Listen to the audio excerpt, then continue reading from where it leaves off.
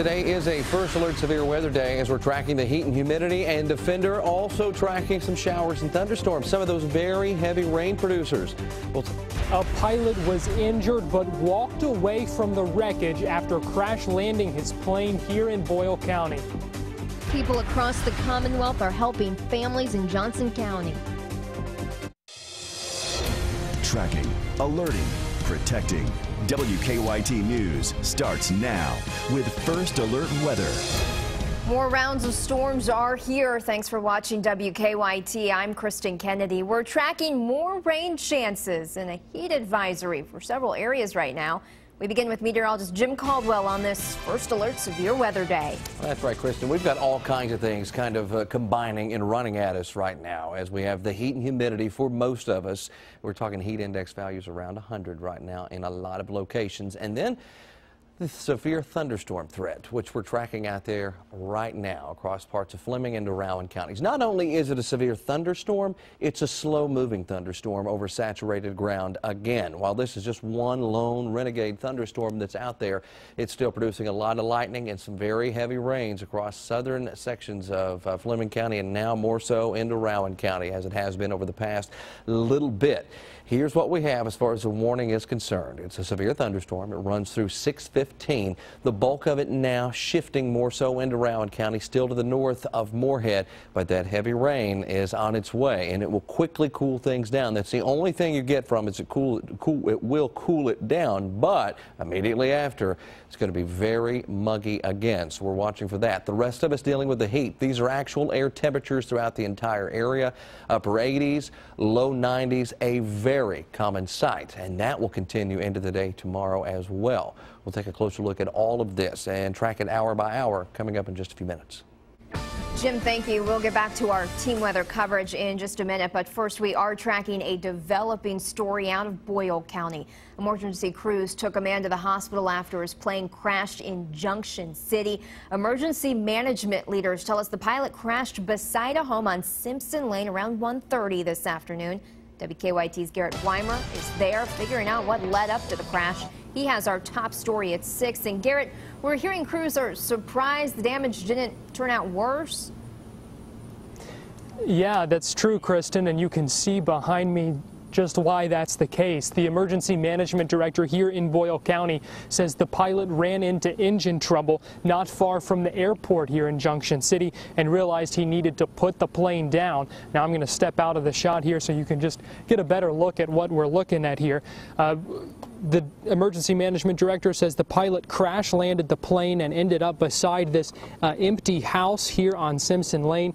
We're told the pilot was the only person in the plane, and he was able to walk away alert and talking, but was taken to the hospital with what emergency management officials are calling non-life-threatening injuries.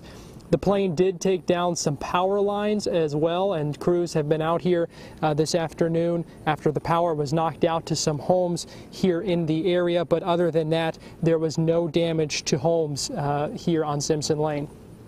When you see the wreckage, I think you'll be kind of astounded at the fact that the pilot was able to walk away from it. Now, Simpson Lane here was closed while crews worked to get power back on, but just within the last half hour, crews were able to finish up work and restore power on this hot day.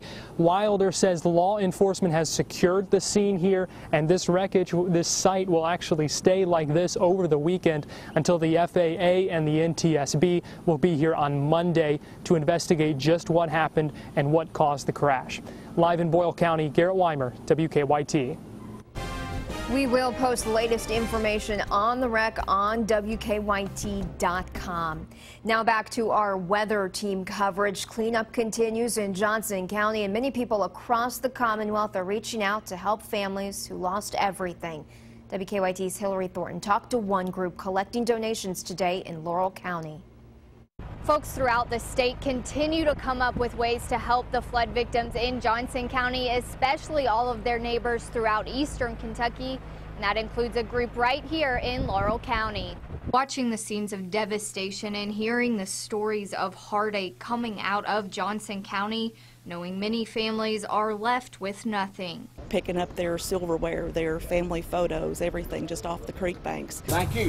That is why the Laurel County Cattlemen's Association is collecting items outside the London Walmart, packing box after box into this trailer, all headed to those in need. It's supposed to be the American way. Somebody's down, try to help them get them back up on their feet.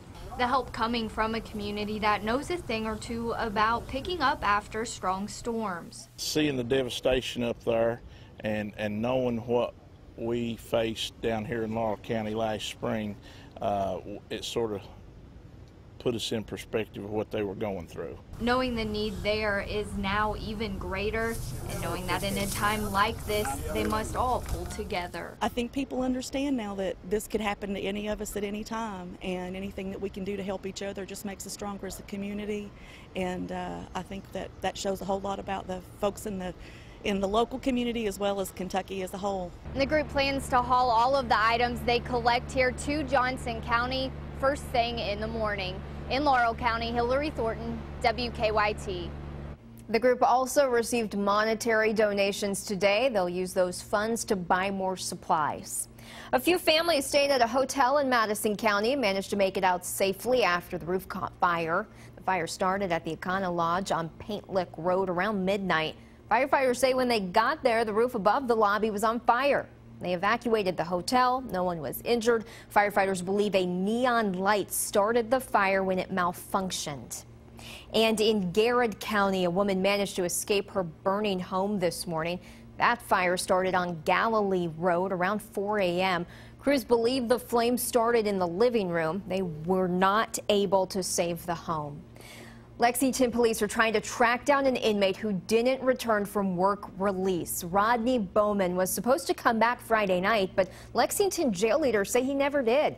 He was in the Fayette County Detention Center serving time on a charge of theft by unlawful taking and tampering with physical evidence. Bowman, we're told, was supposed to get out of jail on those charges tomorrow. We will be right back with a look at weather.